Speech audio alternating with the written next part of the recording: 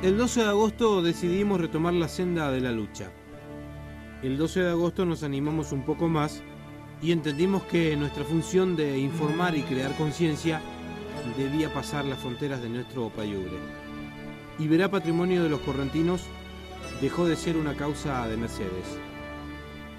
El 12 de agosto de este año empezamos a mostrarles a todos los correntinos qué está pasando en nuestros esteros de Liberá. Pensábamos también que al ser el primer programa debíamos hacer un poco de docencia para que todos, absolutamente todos, pudieran madurar sobre nuestros problemas y nuestras desgracias.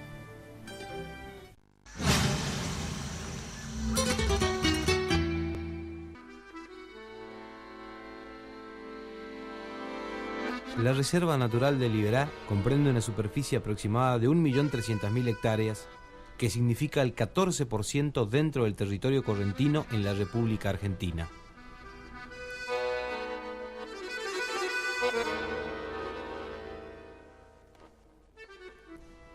...500.000 hectáreas son bañados y esteros que riegan el suelo guaraní desde épocas ancestrales. 800.000 hectáreas es la tierra firme, testigo desde antaño como el hombre nativo y la naturaleza convivieron en colmada avenencia. Ancestros que rodearon sus costumbres más sanas a lugares como Concepción, San Miguel, Ituzaingó, Loreto, Santo Tomé, Mercedes y Carlos Pellegrini.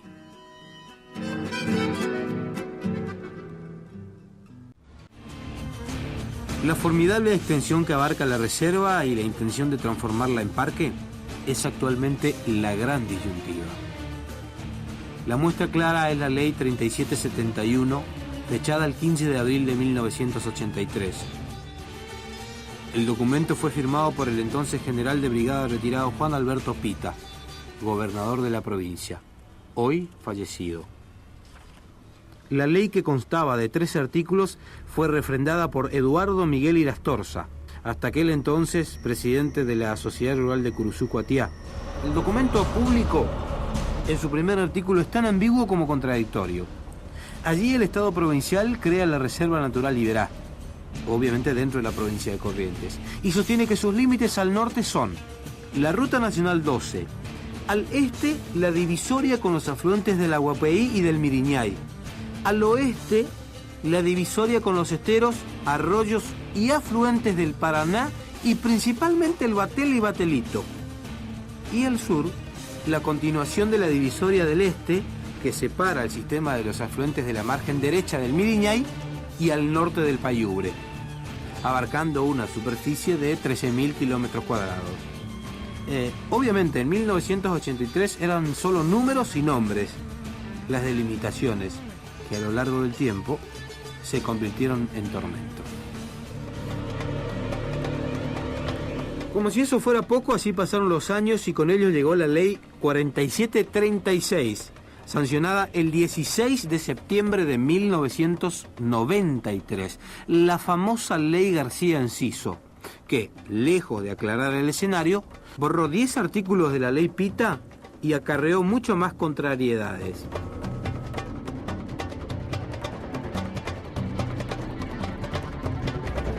Junto al artículo primero, pone el primer trancazo estableciendo que la ley será aplicable a todas las áreas del territorio provincial que sean declaradas Parque Provincial, Monumento Natural o Reserva Natural.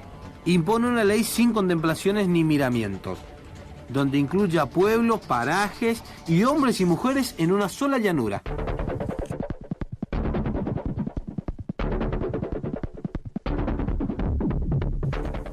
Pero no se queda ahí. El artículo 3 arremete y declara afectadas al dominio público provincial a todas las tierras que se encuentren comprendidas dentro de los parques provinciales y monumentos naturales, aclarando por supuesto que las incluidas dentro de las reservas también tendrán ese carácter. Hoy no hay dudas que todos son puros condicionamientos para los habitantes de cada zona comprendida. ¿Usted considera entonces que la ley, la 4736, de alguna manera, hoy, 20 años después, debe ser pasible de algunas correcciones y de aplicar un poco más de sentido común sobre esta ley? Pero sin ninguna duda, eso fue un primer paso, y como todo primer paso es muy imperfecto. Eso está pensado simplemente tomando lo que lo que la Ley Nacional de Parques de la República Argentina establece, que una vez que usted hace un parque nacional, usted no puede permitir los asentamientos porque lo que quiere es conservar justamente la naturaleza en su estado puro. Para eso se crean los parques nacionales. Usted no puede permitir los asentamientos porque lo que quiere es conservar justamente la naturaleza en su estado puro. Para eso se crean los parques nacionales. Ahora, también se puede derogar la ley de parques nacionales, o también se puede hacer una ley de parques nacionales donde usted diga, bueno, el que quiere instalarse, que se instale.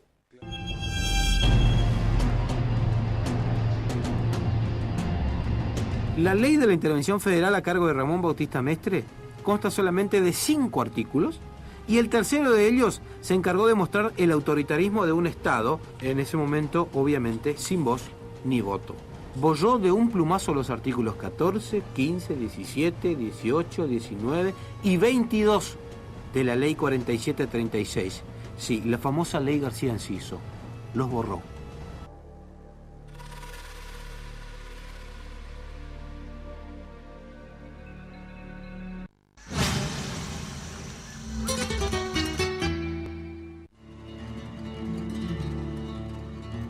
El 19 de agosto emitíamos el segundo programa y el contenido sorprendió a propios y a extraños. Ese día una máscara se cayó y con azoro todos descubrimos la casi perfecta infiltración ideológica de una mente foránea y una mente brillante para algunos.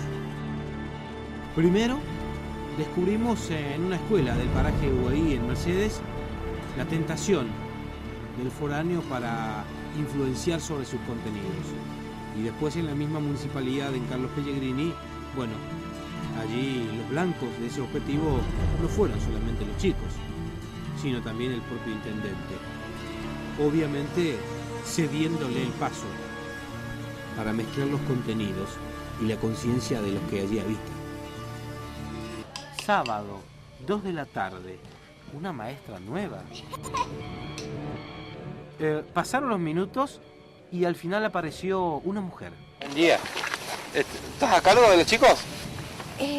Sí, no. O sea, yo soy colombiana. Ajá. Yo estudié artes escénicas y estoy haciendo un recorrido por toda Latinoamérica, haciendo talleres con chicos donde no llega mucho el teatro. Y entonces ahora estoy aquí por esta semana. Vengo, estoy con los chicos, trabajando con ellos. ¿Tu nombre es? Eli Giraldo. Eli Giraldo. Eli Giraldo no es personal de la escuela y, lo que es peor, no estaba siendo supervisada por ningún personal de la escuela de esa zona rural y no contaba con ningún tipo de autorización por escrito para estar allí. Pero estaba. De nacionalidad colombiana, Eli Giraldo, estaba siendo financiada por la empresa CLT. Sí, Conservation Land Trust, propiedad del controvertido terrateniente norteamericano Douglas Tompkins. En este momento CLT me está financiando. CLT me está financiando. CLT me está financiando. Mientras en nuestro país el pasado domingo 10 de agosto recordábamos el Día del Niño, otros ocupaban su tiempo en imponer sus contenidos profundos.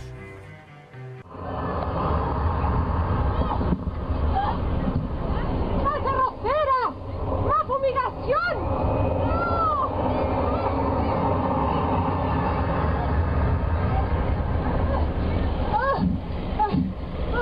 ¿Y no nos van a quedar bichitos? ¿Qué podemos comer? Sin bichitos yo no puedo vivir. Estas imágenes reflejan lo que pasaba el Día del Niño en un patio aledaño a la municipalidad de la localidad de Carlos Pellegrini. Los actores de UAI ahora aquí, en vivo. Sí, otra vez, Eli Giraldo, Pero a diferencia del pasado 21 de junio en la escuela del paraje Guahí, su trabajo fino ahora estaba siendo supervisado por su jefe, Douglas Rumsfeld Tompkins.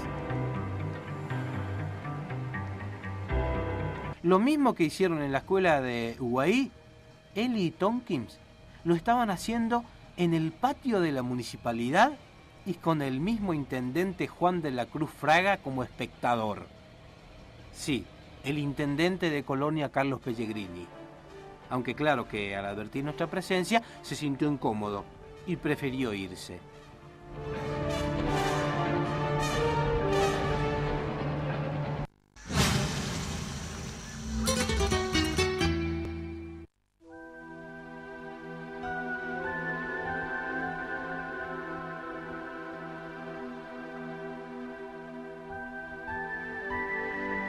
El 26 de agosto editábamos el tercer programa y allí mostrábamos también una gran organización vinculada entre cada uno de sus actores. Una cosa casi inentendible, rarísima. Fundaciones que aparecían, fundaciones que se creaban, y actores nuevos, correntinos algunos, extranjeros otros.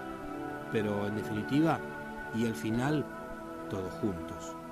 Por el bien de lo económico, por sobre el liberal. En 1992, la Convención de la Organización de las Naciones Unidas sobre el Cambio Climático creó un órgano que lo llamó el GEF, incluyendo la biodiversidad de los esteros de Liberá como objeto de ser socorrido. El mundo miraba nuestros esteros para conservarlo.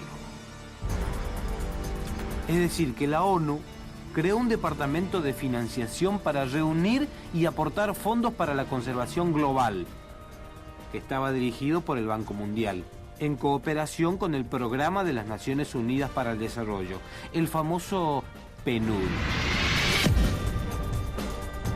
Leonardo Nito Aquino, Silvio Valenzuela lo saluda por Radio del Plata Corrientes. Muy buenos días, muchísimas gracias por atendernos. Buen día, señor, encantado y muchas gracias por llamarme. Ahora, Nito, usted sabe que de alguna manera la llegada de estos capitales provenientes del Banco Mundial, de la Organización Nacional de las Naciones Unidas, con la creación del GEF, del proyecto PNUD, tenía como destino mucha plata para invertirlo justamente en los esteros de Liberá y de alguna manera paliar la conservación a escala muy, muy grande, digo, porque era mucha plata. Y según la información que nosotros teníamos, esa propuesta del Banco Mundial exigía de alguna manera algunas cosas acá en la Argentina y más concreta en los esteros, que era, por ejemplo, crear fundaciones que tengan que ver con la conservación para ser quizás las destinatarias de ese mensaje. El gestor fue la Fundación ECOS, que el señor Reinal era presidente, gestora de un contrato de servicios con el PNUD.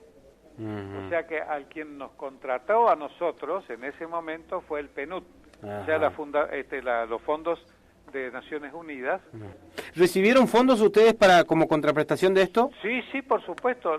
Íbamos a recibir 140.000 pesos. Sí. Y nos manejamos con tanta discreción que solamente gastamos algo así como 70, ¿vio?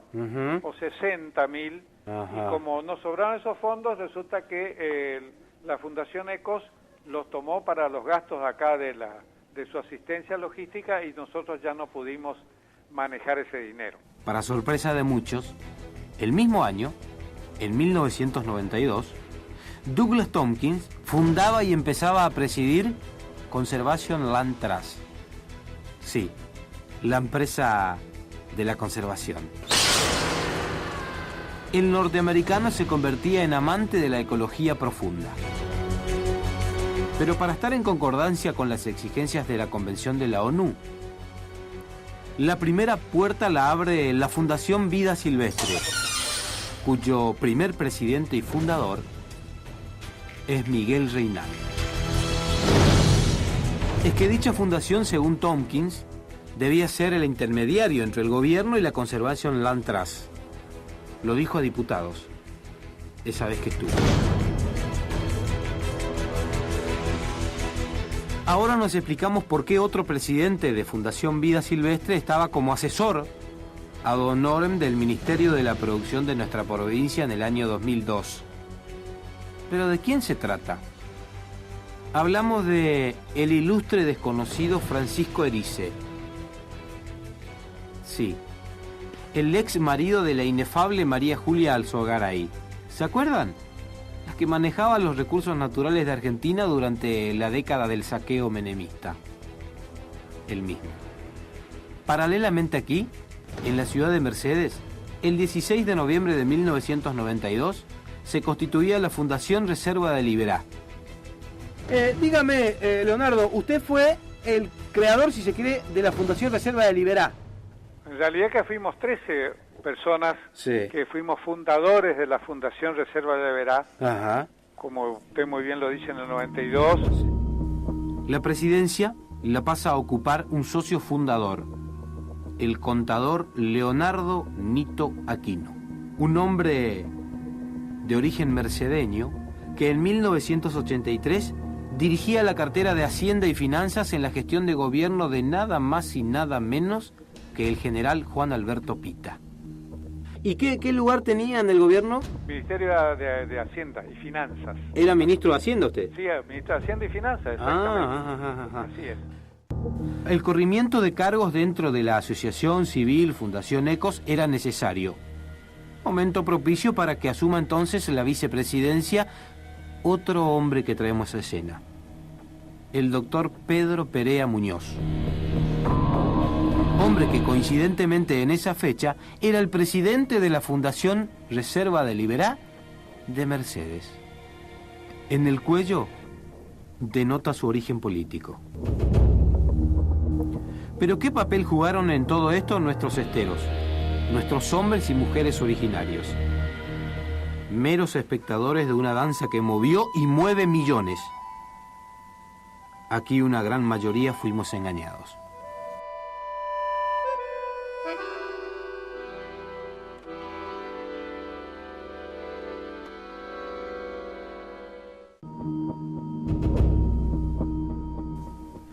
Millones que todos descubrimos al leer el análisis del doctor James Barborak, un representante del GEF que llegó a Corrientes el 10 de abril del 2005 para llevar a cabo una evaluación de medio término del proyecto PNUD y dar una visión sobre cómo marchaba su aplicación en nuestra provincia. En la página 9 de esa evaluación, el doctor Barborak analizó algunos números de la cofinanciación del proyecto y nos dio un pie perfecto para entender la danza de la fortuna. En ella discriminó, por ejemplo, el aporte del Banco Mundial con una donación de $10.000, que teóricamente se destinaron al programa de jóvenes conservacionistas y viracitos. Sí, niños y jóvenes cercanos a los esteros que recibían instrucciones de cómo cuidar lo nuestro, alguna influencia psicológica para los niños.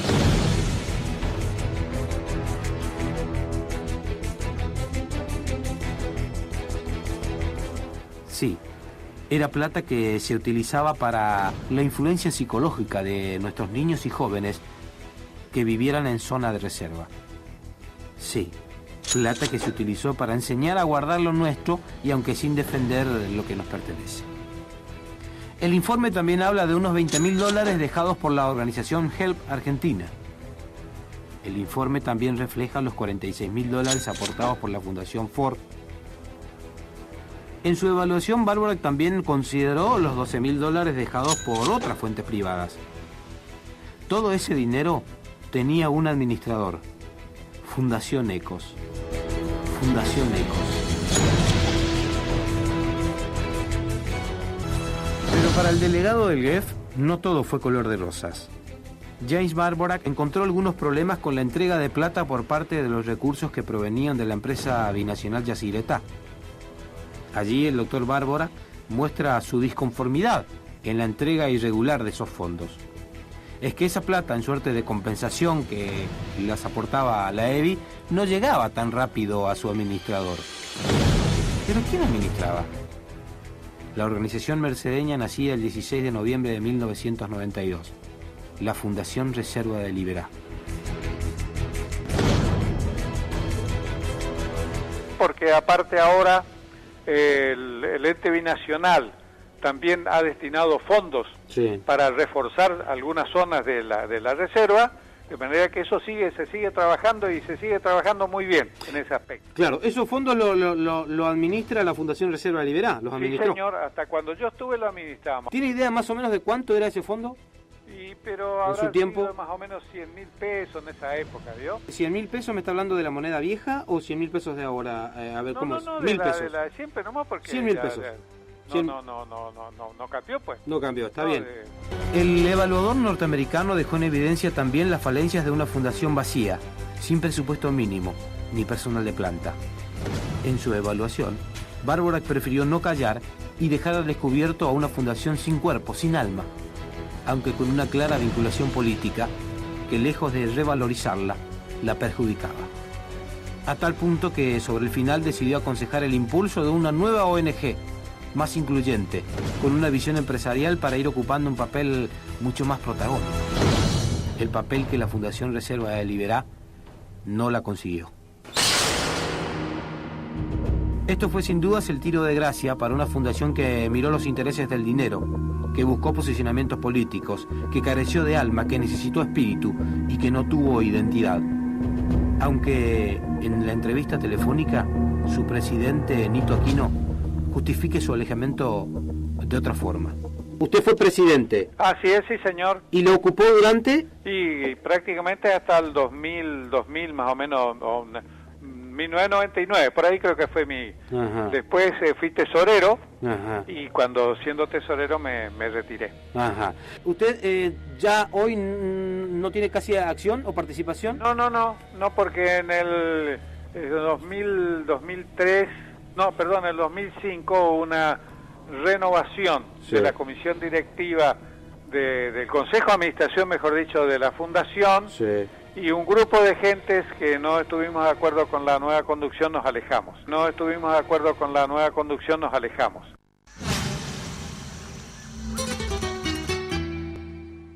Desde el nacimiento del proyecto PNUD, hace poco más de 6 años, y la exposición pública de las más oscuras intenciones, los originarios habitantes de la declarada Reserva de Liberá perdieron la calma. Los que nos intentaron vender un manejo armónico, cómodo y netamente conservacionista, mintieron. Está claro hoy que todos vinieron camuflados en billetes, puros billetes. Pero poder avanzar en estos términos fue necesario erradicar un grave problema: la presencia del hombre, la presencia del nativo.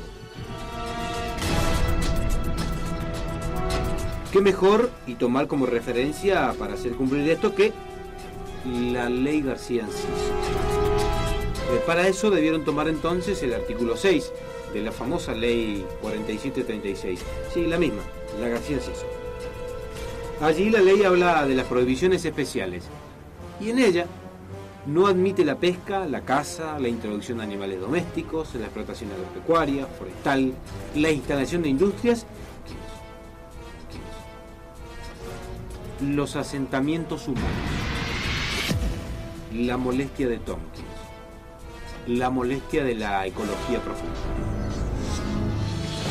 Está claro entonces que el sentido humano en el proyecto cofinanciado por el empresario inmobiliario Douglas Tompkins no estaba contemplado Gómez. Aunque el mismo proyecto diga que gastó $175.000 en reubicarlos. Otra falacia y otra mentira más del norteamericano. La página 10 del proyecto así lo refleja y así lo destaca textualmente, cuando entiende que hay entre 50 y 100 personas que ocupan las escasas tierras altas del interior de los humedales, aunque la mayoría de ellos lo hace en forma ilegal, exceptuando algunos que poseen derecho a su ocupación. Y al mismo tiempo nos preguntamos qué forma tan perversa de entender el arte de la conservación, mezclando las profundidades de la ecología, al aceptar en su último párrafo que la presencia humana en estas zonas evita el uso de estas islas de tierra seca por parte de especies tales como el aguaraguazú, el ciervo de los pantanos y el carpincho, o el capibara. ¿Cómo entendemos los correntinos que un aguará, un carpincho, un ciervo vale más que el mismísimo hombre? Imposible. porque no hay sentido de competencia, al contrario, hay puntos de conexión, porque está demostrado que ambos convivieron en plena armonía durante siglos y siglos.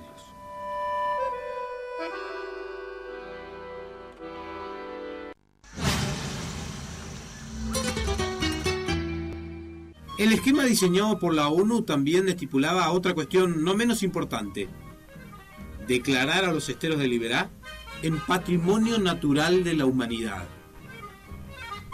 Debemos entender que esta iniciativa conlleva entonces que los esteros de Liberá, según la propia UNESCO, pasarían a formar parte de un tratado internacional según su propio protocolo. El formulismo de ese organismo internacional, hablando de protección y vigilancia, estipulaba también que la conservación del patrimonio mundial es un proceso continuo y que incluir un sitio en la lista no sirve de nada si el sitio se degrada o si existiese el riesgo de que algún proyecto de desarrollo destruya las cualidades que inicialmente la habilitaron para ser inscripto. Pero entonces este párrafo queda inválido en torno a nuestros esteros.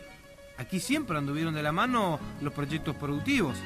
En su momento la ganadería, después el arroz con don Bruno Dreu en Pellegrini, después la forestación, y al día de hoy todo está como era entonces.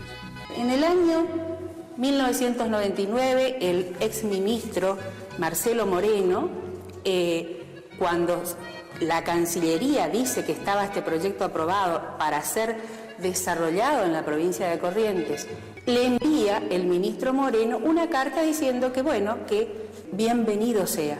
En el año 2001, el 15 de noviembre, el ingeniero Faustinelli, que era el ministro de la Producción interino del interventor Mestre, envía la misma nota en apoyo, como lo hizo el ministro Moreno. Después, llegamos nosotros con el gobierno del Frente de Todos y en la segunda quincena de enero del 2002 me llaman por teléfono de la Cancillería Argentina diciendo, concretamente de la Subsecretaría de Coordinación, diciendo que necesitábamos la carta donde nosotros respaldábamos todo esto que te venía diciendo, ¿no? Este documento proyecto surgido de un tratado internacional, y que nosotros teníamos que firmar previo a la ejecución un convenio con la Fundación ECOS, monitorear todo el desarrollo del proyecto, que tenía como fin último la elaboración de un plan de manejo de los recursos naturales de todo el estero de Liberá. Firmo exactamente la misma nota que firmaron dos ministros precedentes. Eso no significaba delegación alguna de la potestad como autoridad de aplicación que tenía el Ministerio de los Recursos Naturales de la provincia. No significaba que yo entregaba el dominio de los esteros de Liberá, porque por otra parte no tenía ni competencia ni poderes para ello, y no obligaba a la provincia absolutamente en nada. El 25 de enero del 2002, desde la Barra de Maldonado, en Uruguay, y en nombre de Fundación ECOS, Miguel Reynal le pedía al director de Cooperación Multilateral del Ministerio de Relaciones Exteriores el endoso de nuestro país. Claro, ya tenía asegurada la cofinanciación de su esposa María Lechner junto a Tompkins y ya tenía el ok de la provincia. Entonces, ¿qué se hizo? Con total transparencia, porque no había nada que ocultar, no era un delito declarar Patrimonio Natural de la Humanidad, se forma en octubre del año 2002 la Comisión Interinstitucional para justamente elaborar toda la parte técnica y jurídica para solicitar a la UNESCO la inclusión como patrimonio natural. Y se hace este acta compromiso interinstitucional que tenía ese objetivo. Las partes acuerdan realizar el trabajo institucional y técnico que dará sustento a la propuesta que se presentará por parte del gobierno de la provincia a la UNESCO para que se considere los humedales de Liberá como patrimonio de la humanidad. ¿Qué tenía por misión? Elaborar esta comisión interinstitucional el plan de manejo de Liberá.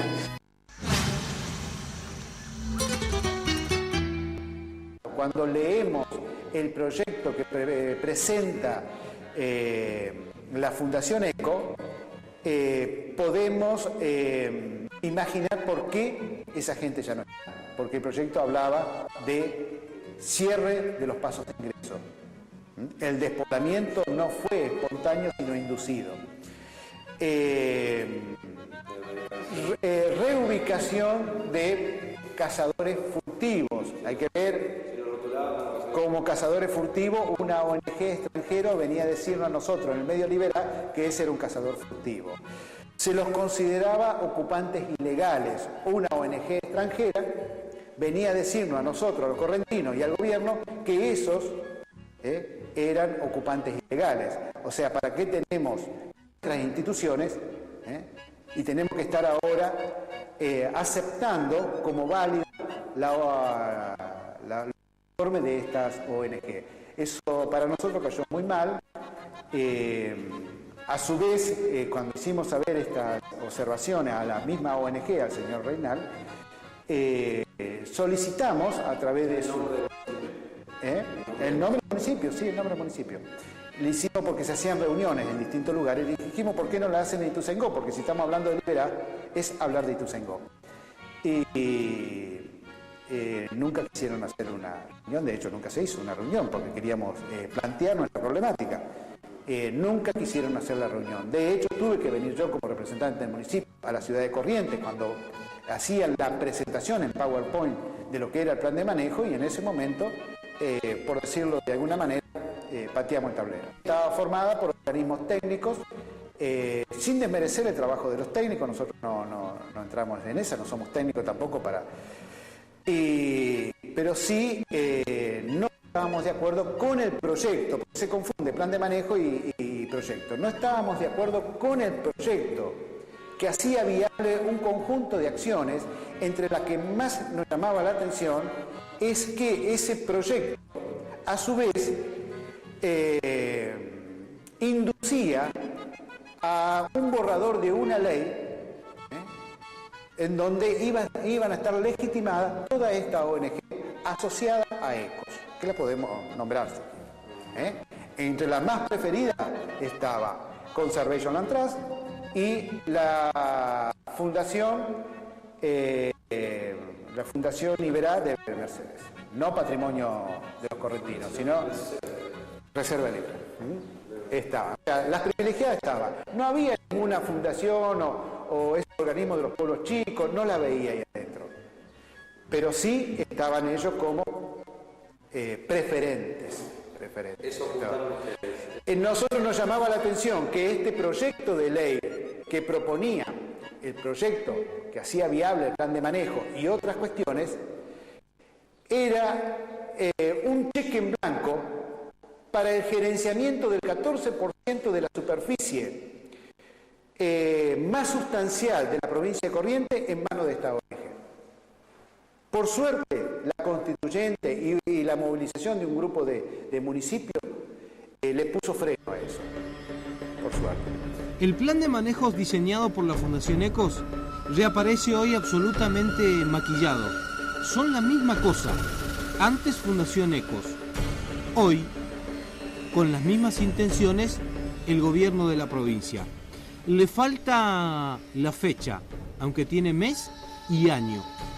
El decreto que espera la firma del ingeniero Arturo Colombi.